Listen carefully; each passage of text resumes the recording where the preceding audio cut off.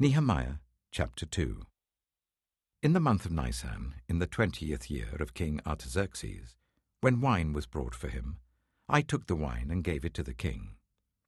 I had not been sad in his presence before, so the king asked me, "Why does your face look so sad when you are not ill?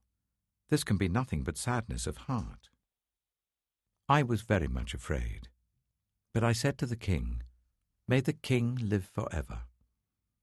Why should my face not look sad, when the city where my ancestors are buried lies in ruins, and its gates have been destroyed by fire?" The king said to me, "What is it you want?" Then I prayed to the God of heaven, and I answered the king, "If it pleases the king, and if your servant has found favor in his sight, let him send me to the city in Judah where my ancestors are buried, so that I can rebuild it." Then the king, with the queen sitting beside him, asked me, "How long will your journey take, and when will you get back?" It pleased the king to send me, so I set a time.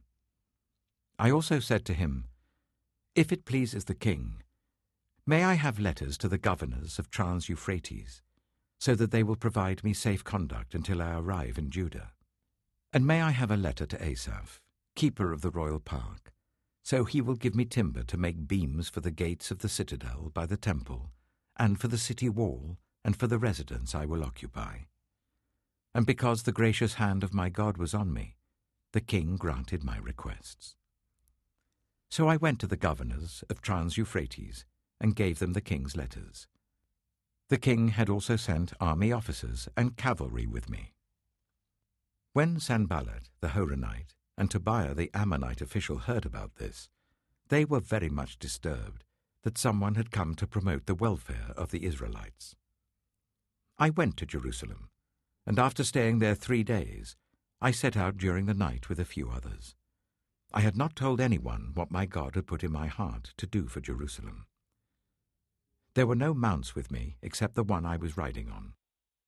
By night, I went out through the valley gate towards the Jackal Well and the Dung Gate, examining the walls of Jerusalem which had been broken down, and its gates which had been destroyed by fire.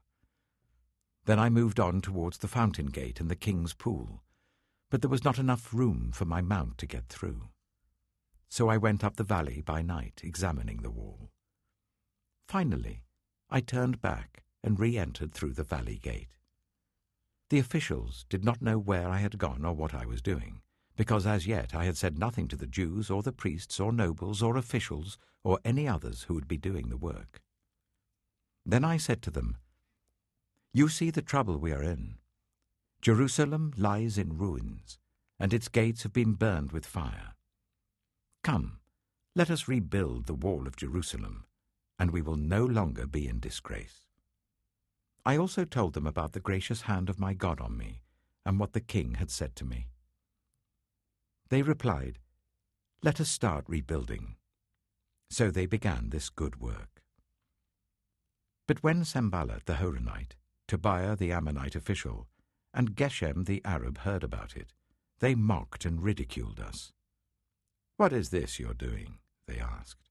"Are you rebelling against the king?"